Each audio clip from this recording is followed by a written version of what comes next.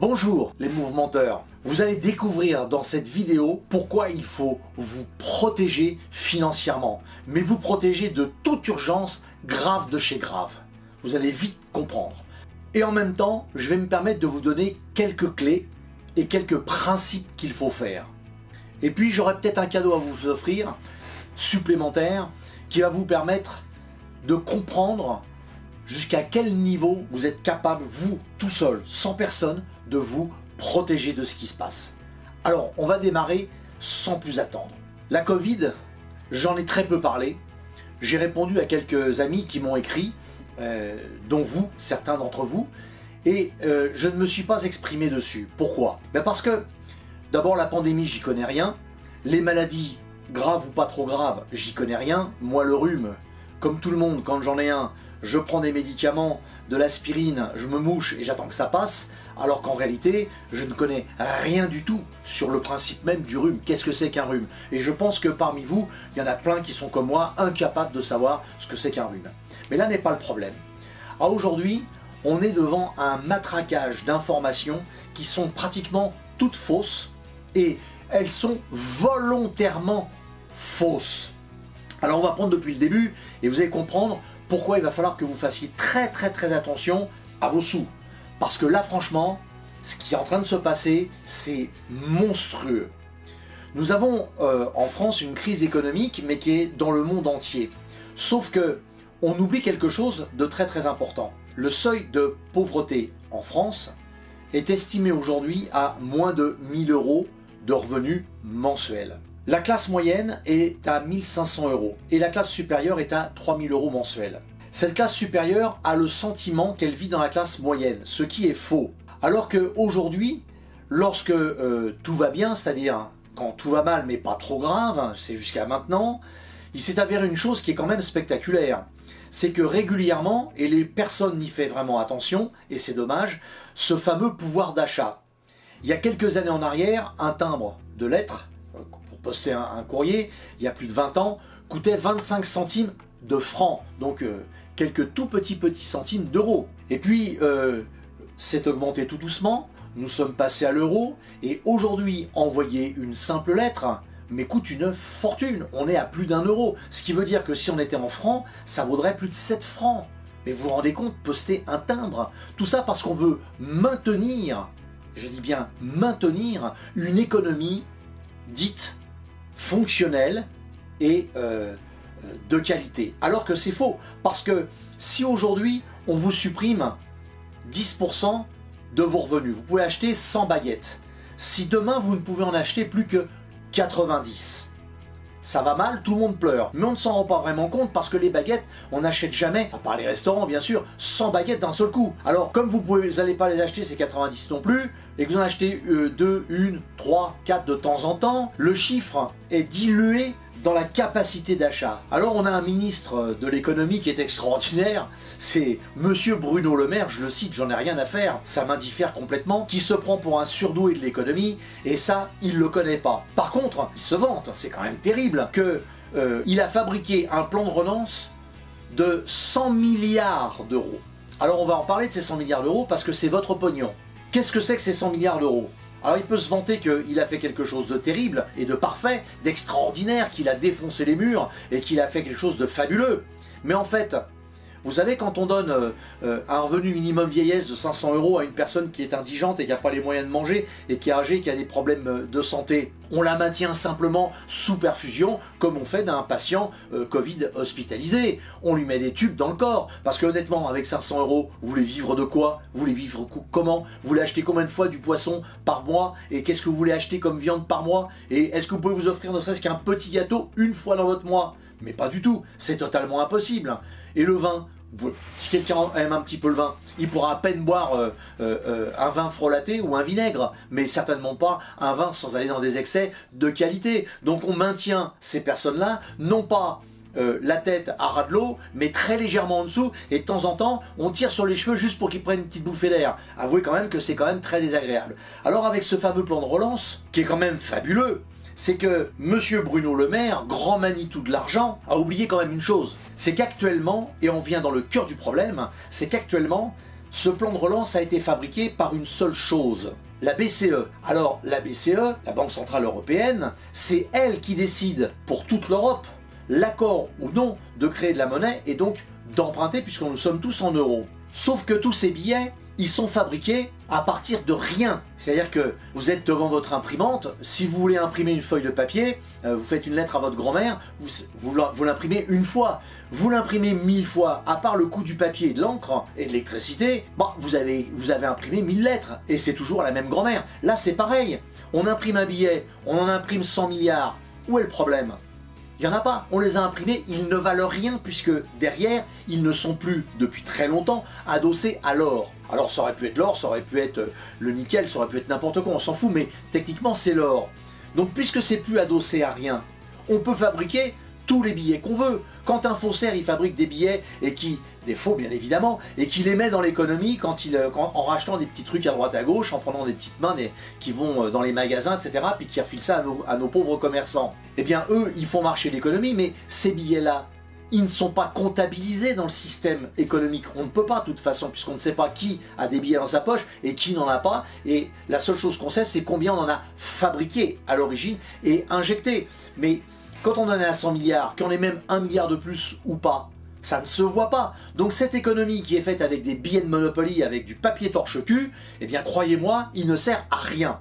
Par contre, comme nous sommes dirigés non pas par des gouvernements, mais par des lobbies, on le voit bien actuellement avec le monde pharmaceutique, eh bien qu'est-ce qui se passe ? L'État dit on réinjecte de l'argent. Alors ces faux billets, ils ont une valeur faciale, on les met dans le marché, vous pouvez acheter vos 90 baguettes ou vos 80 si on a encore diminué de quelques pourcents. Sauf que à un moment donné, la BCE dit nous on a fabriqué les billets pour vous, il faut me les rendre. Et comment voulez-vous qu'ils les rendent? Ils vont les rendre sous un seul aspect, des impôts. Alors ah oui mais l'impôt c'est un gros mot aujourd'hui, faut pas payer d'impôts. Alors qu'est-ce qu'on va faire? Bon, on va faire des taxes. On va élever le prix des produits, on va encore augmenter les choses. Et puis, dans cette escalade d'augmentation, ils vont dire comme ça, on se rembourse.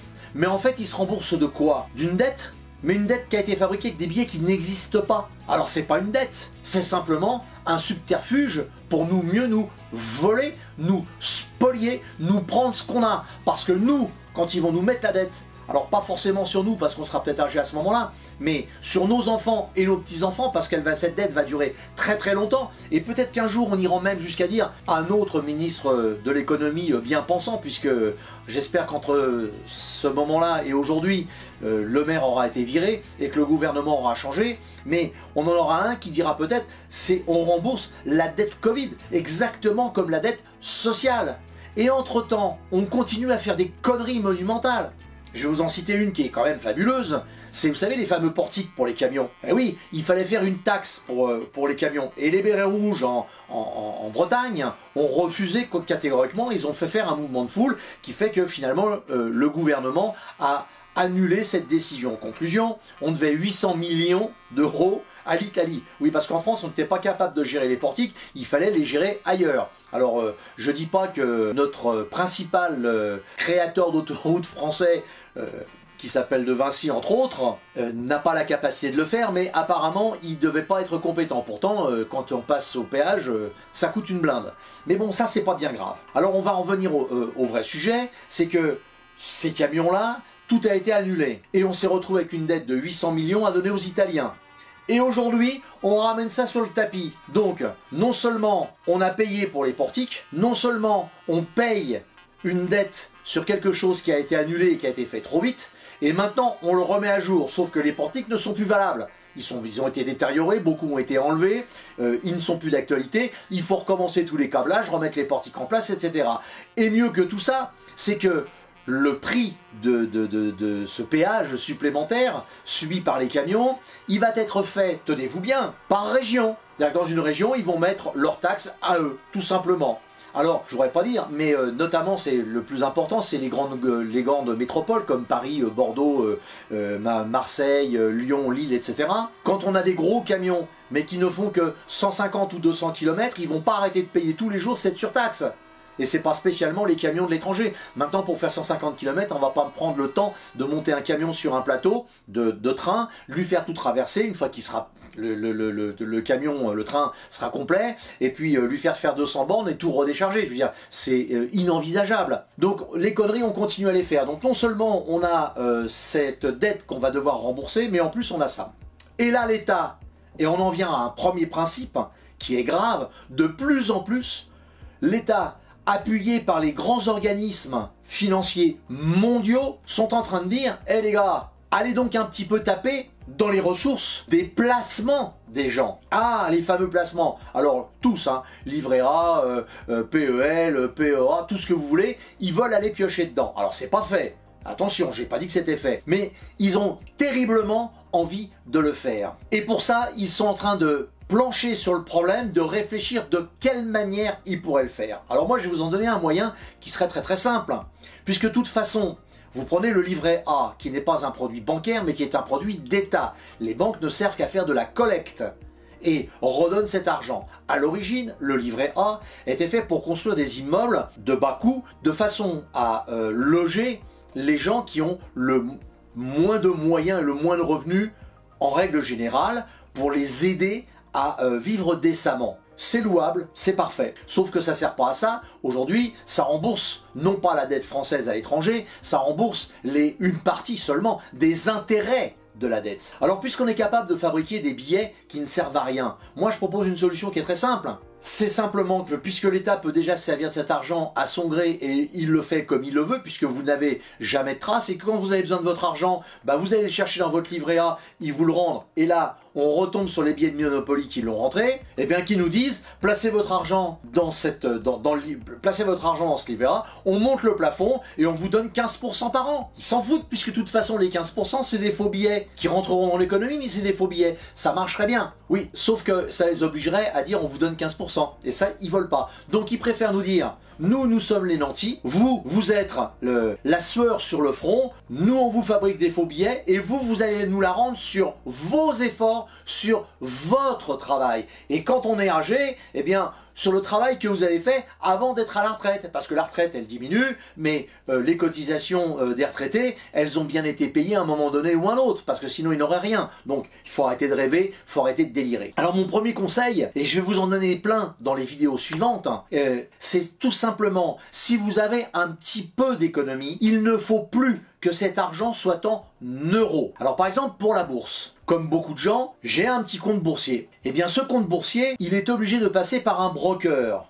Ce broker, à aujourd'hui, je ne l'ai pas choisi en France. Pourquoi? Il est déclaré ce compte. Sauf que s'il est dans un pays étranger, qui ne résonne pas comme un pays français, lorsque l'État français va dire on ponctionne, s'ils y viennent bien sûr, c'est un pronostic, ce n'est pas encore fait. Mais enfin, vu comme il orgue sur l'économie des Français, qui est un bas de laine de plusieurs centaines de milliards d'euros, je peux vous garantir que le regard, il est très acide. Hein, il est en train de tout détruire. C'est plus louché là, c'est carrément tombé dans la gamelle. Et bien tout simplement, le fait qu'il soit à l'extérieur, c'est quand même mieux. De telle manière que l'État ne pourra pas mettre les mains dedans. Aujourd'hui, vous êtes en Europe.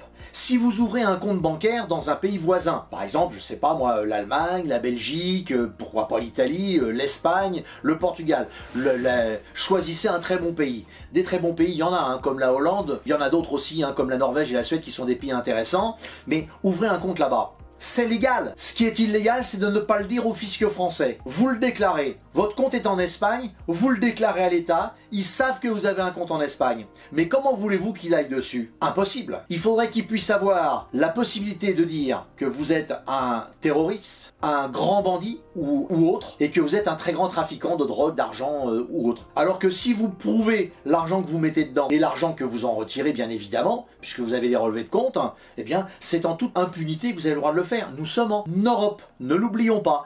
Donc, si à aujourd'hui, je sors mes actifs de France, eh bien, quelque part, je garde que le minimum, eh bien, quelque part, je suis couvert sur les ponctions que pourrait faire l'État français. Alors je vous vois arriver, la phrase elle est grosse comme une maison, je l'entends tout de suite, vous allez me dire, oui mais, et s'il se passe la même chose en Espagne? Mais ça va pas se passer du jour au lendemain, vous le voyez arriver, on l'entend arriver. Qu'est-ce qui vous empêche d'ouvrir 2 ou 3 comptes? C'est pas grave, c'est qu'une déclaration à faire. Vous avez déclaré, vous avez 3 comptes, et puis vous jonglez entre ces comptes, et puis vous pouvez le faire. Je parle même pas des néobanques qui vont vous permettre éventuellement de, quelque part un petit peu, de dématérialiser vos actifs. Ensuite, si vous n'avez pas besoin tout de suite de l'argent que vous avez en économie, eh bien il vous reste aujourd'hui 2 possibilités. C'est d'abord de créer cette économie d'une manière facile, mais de la créer dans des actifs qui, eux, ne sont pas liquides. Alors ça sous-entend une technique précise,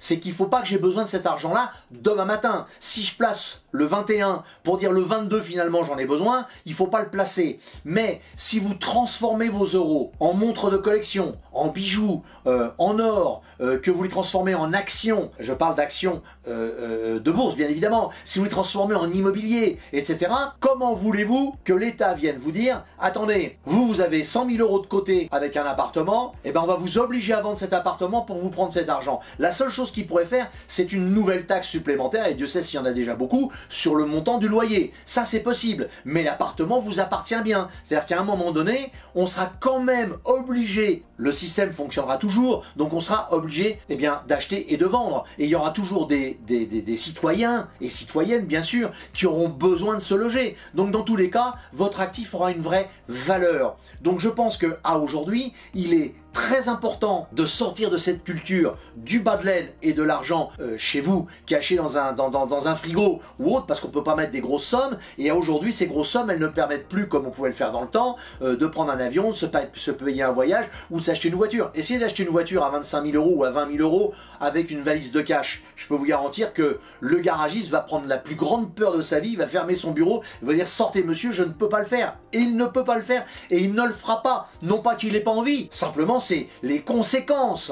Alors qu'est-ce que nous mijote à aujourd'hui notre système particulièrement français mais européen? Eh bien aujourd'hui tout serait écroulé s'il n'y avait pas la BCE, Banque Centrale Européenne. Tout le système sous perfusion. Elle le tient comme une clé de voûte, vous savez, d'une chapelle et du toit d'une église. Eh bien, c'est que, quelque part, aussi bien les États, mais que le peuple, c'est-à-dire vous et moi, nous ayons encore confiance. Le mot confiance existe. Et pourquoi je reviens sur cette histoire dont je vous ai parlé tout à l'heure, de Bruno Le Maire? Eh bien, c'est parce que lorsqu'il lorgne violemment sur vos économies et les miennes pour le peu que j'en ai, eh bien c'est tout simplement que à aujourd'hui, ils ont compté qu'il existait 130 milliards d'euros dans les bas de laine des Français. Alors je peux vous garantir que ça, ils en ont terriblement envie. Alors protégez vos biens, commencez à réfléchir à comment vous pourriez transformer l'argent dont vous n'avez pas besoin immédiatement en actifs qui ne soient pas saisissables par le système, et vous allez vraiment commencer à avoir de belles économies qui vaudront quelque chose. Parce que entre temps, si des raretés se font parce que la vie est de plus en plus difficile et qu'on produit moins, chaque produit vaudra beaucoup plus. Donc techniquement, vous aurez gagné de l'argent. Une petite piste comme ça. Dites-moi, est-ce que vous pensez que si vous aviez dans votre cave une caisse clouée de Gevrey-Chambertin par exemple ou de Pomerol, l'État pourrait dire « je viens vous la saisir ». Réfléchissez bien. La réponse, vous la connaissez, c'est non, c'est votre vin, d'accord? Mais dites-moi, cette caisse de Pomerol, où il y aurait 12 bouteilles, est-ce qu'elle ne vaut pas plus d'argent de tout le temps, régulièrement? Allez, je vous en dirai plus aussi. Ah, avant de vous quitter, j'ai un dernier truc à vous dire. Quand on planque son pognon, quand on le met de côté et qu'on le transforme en quelque chose, le simple fait de dire « tiens, je placerai bien mon argent », c'est vrai, on prend un risque. Alors, ce risque-là, il faut l'analyser. Pourquoi? Parce qu'en fait, ce qui nous fait sortir trop tôt d'un investissement, d'un placement ou d'une cachette, appelez ça comme vous voulez pour votre argent, c'est le simple fait qu'on a peur que cet argent se transforme en quelque chose qui n'existe plus. Eh bien, pour mesurer votre capacité à avoir peur ou pas, c'est-à-dire votre capacité à accepter un risque que vous comprenez, je vous donne un exemple. Vous avez une voiture qui va vite, vous roulez à 100 sur l'autoroute, vous trouvez que vous vous traîniez. Maintenant, au lieu de penser que vous vous traînez, si vous avez une voiture qui va vraiment très vite, vous pourriez rouler à 180 ou 200. Mais à 200, vous savez que vous commencez à prendre des risques parce qu'il y a le phénomène du réflexe. Est-ce que je vais être capable de le faire?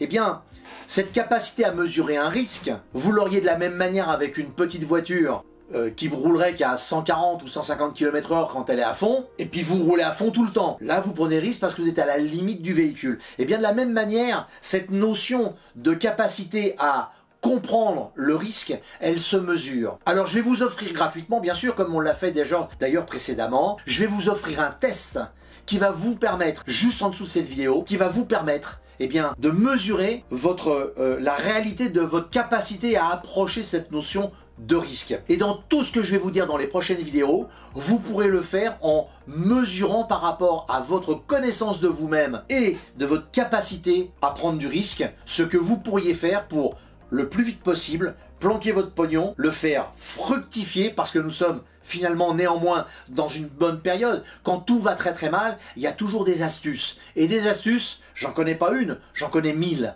Alors c'est pas vraiment des astuces, c'est uniquement des principes de loi qu'on est capable d'appliquer. Allez, je vous dis, salut les mouvementeurs, faites bien le test.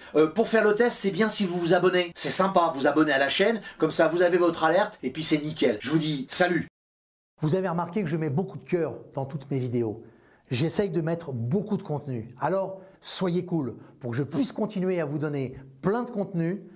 Likez en bas le pouce en l'air et abonnez-vous.